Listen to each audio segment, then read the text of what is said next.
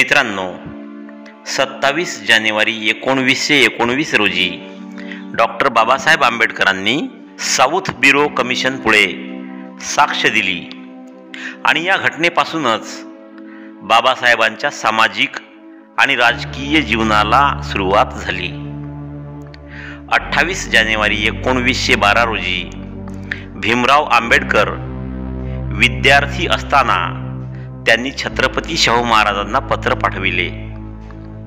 29 जानेवारी 1932 रोजी डॉक्टर बाबासाहेब आंबेडकरांचे दुसऱ्या गोलमेज परिषदेत आगमन झाले आणि त्यांना एकूण 114 संस्थांतर्फे मानपत्र देण्यात आले। 29 जानेवारी 1939 रोजी डॉक्टर बाबासाहेब आंबेडकरांनी Gokhale politics and economics institute Pune येथे फेडरेशन वर्सेस फ्रीडम या विषयावर प्रभावी व अभ्यासपूर्ण भाषण केले। नंतर हेच भाषण फेडरेशन वर्सेस फ्रीडम या नावाने पुस्तक रूपाने प्रकाशित झाले।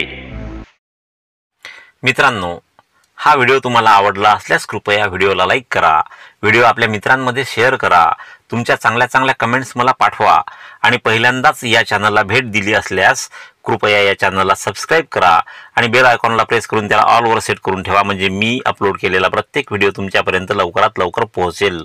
भेटूया पुढील व्हिडिओमध्ये आणि तोपर्यंत जय भीम, जय भारत।